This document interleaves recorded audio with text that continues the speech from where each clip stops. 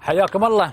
المنتخب الجزائري يكتسح، وأكبر نتيجة في البطولة على المنتخب البحريني ب5 أهداف مقابل هدف واحد. فوز مستحق وجدير للمنتخب الجزائري محاربي الصحراء. نقول مبروك للجزائر، هارد لك للمنتخب البحريني. مبروك يا طارق. الله يخليك يا خالد. هارد لك.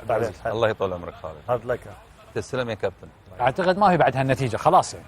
ومبروكين. شوف حلوه النتيجه. لا حلوه النتيجه صحيح، حتى كان فيه اداء، فيه الاهداف، فيه رده فعل بعد التعادل. نظن انه اليوم نقدر نقول انه شفنا كل شيء، حتى صراحه يعني متفائل بعد دخول اللاعب ابراهيمي. تحس انه عنده وزن في المنتخب، ونظن انه بهذا الدخول تاعو سكت عده افواه المدرب مجيد بوقرة، لانه كان فيه كلام لغط بين الوسط يعني الجزائري. الحمد لله وجوده مع المجموعه، طبيعه الحال اسيست، وحتى مشاركته وثقته امام اللاعبين.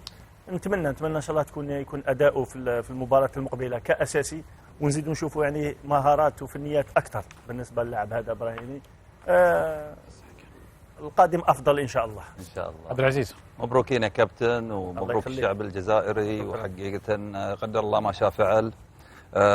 نتمنى ان شاء الله من الاخطاء ومن هالتجربه هذه في هاي البطوله تكون فيها قرارات، وفيها ان شاء الله من الرؤيه المستقبليه لتعديل الاوضاع ما شفناه في المنتخب. نتمنى ان شاء الله انه يكون